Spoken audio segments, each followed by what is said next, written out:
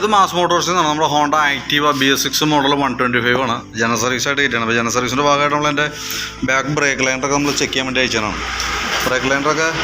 Break liner maximum നമുക്ക് അതിൻ്റെ ലൈഫിലേക്ക് എത്തിയിട്ടുണ്ട് കേട്ടോ. കാരണം അഡ്ജസ്റ്റിങ് പരമാവധിയിലാണ് കിടക്കുന്നത്.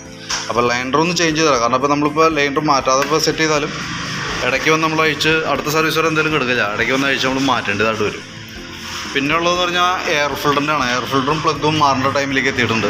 അത്യാവശ്യം അഴുക്കണി കാണാം കേട്ടോ. നല്ല രീതിയിൽ ബ്ലോക്കായിട്ടുണ്ട്. അപ്പോൾ അതൊന്ന് ചേഞ്ച് ചെയ്ത് തരാം. കാരണം എന്ന് വെച്ചാൽ ശരിക്കും പറഞ്ഞാൽ 30,000 കിലോമീറ്ററിന് അടുത്ത് എത്തിയിട്ടുണ്ട്. അപ്പോൾ ശരിക്കും നമുക്ക് അതിൻ്റെ ഡീകാർബണൈസിങ് എഞ്ചിൻ്റെ ഹെഡ് ക്ലീനിങ് അടക്കമാണ് ചെയ്തു പോകേണ്ടത് ശരിക്കും.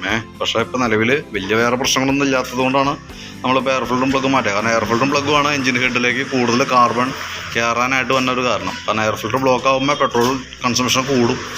അപ്പോൾ പ്ലഗിനകത്ത് ഈ പറഞ്ഞ രീതിയുടെ പ്ലഗ് സ്പാർക്ക് ചെയ്യാനായിട്ടുള്ള കപ്പാസിറ്റി കിട്ടാത്തൊരു സിറ്റുവേഷൻ അങ്ങനെയൊക്കെ വരുമ്പോഴാണ് അതിൻ്റെ കാർബൺ കണ്ടൻറ്റ് കൂടുതൽ വരാം. അപ്പം നിലവിൽ അത് രണ്ടും മാറുന്നുണ്ട്.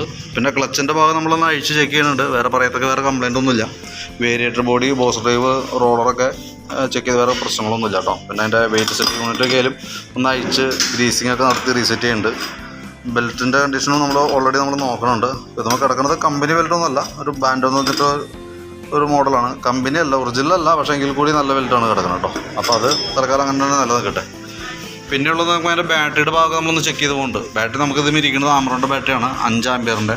അപ്പോൾ നമ്മൾ ബാറ്ററി ടെസ്റ്റ് കൂടി കൂടുതൽ നടത്തുന്നുണ്ട്. ബാറ്ററി വോൾട്ട് ടെസ്റ്റ് നടത്തുമ്പോൾ 12.80 ഒക്കെ വരുന്നുണ്ട്.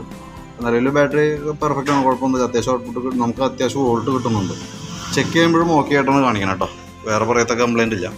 പിന്നെ നമ്മളിപ്പോൾ ബാക്ക് വീൽ അഴിച്ചുകൊണ്ടാണ് ഫ്രണ്ട് വീലും കൂടി ഒന്ന് അഴിച്ച് നമ്മളതിൻ്റെ ഗ്രീസിങ് കാര്യങ്ങളൊക്കെ നടത്തും. ക്യാമ്, പിന്നെ എയർ ചെക്കപ്പ്, അതേപോലെ തന്നെ സ്വിച്ച് കാര്യങ്ങളൊക്കെ ഒന്ന് നോക്കാനുണ്ട്.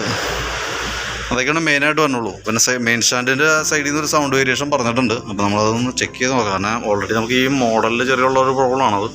അതായത് ഗട്ടലൊക്കെ ചാടുന്ന സമയത്ത് സ്റ്റാൻഡ് കിടന്ന് അടിക്കാന്നുള്ളത്. നോക്കാം എന്തെങ്കിലും പ്രോബ്ലം ഉണ്ടോ എന്നുള്ളത് ചെക്ക് ചെയ്ത് നോക്കാം. ഇതൊക്കെയാണ് മെയിനായിട്ടുള്ളൂ കേട്ടോ. അപ്പോൾ നമുക്ക് അതിനകത്ത് എയർ ഫിൽറ്ററും പ്ലഗും ബാക്കിലെ ബ്രേക്ക് ലൈനറും മാറേണ്ട ടൈമിലേക്ക് എത്തിയിട്ടുണ്ട്. അപ്പോൾ ഞാൻ അതിൻ്റെ ഏകദേശം ഒരു എസ്റ്റിമേറ്റ് കൂടി നോക്കിയിട്ട് അതിൻ്റെ ഡീറ്റെയിൽസ് വാട്സപ്പിലേക്ക് ഇട്ടേക്കാം. ഓക്കെ.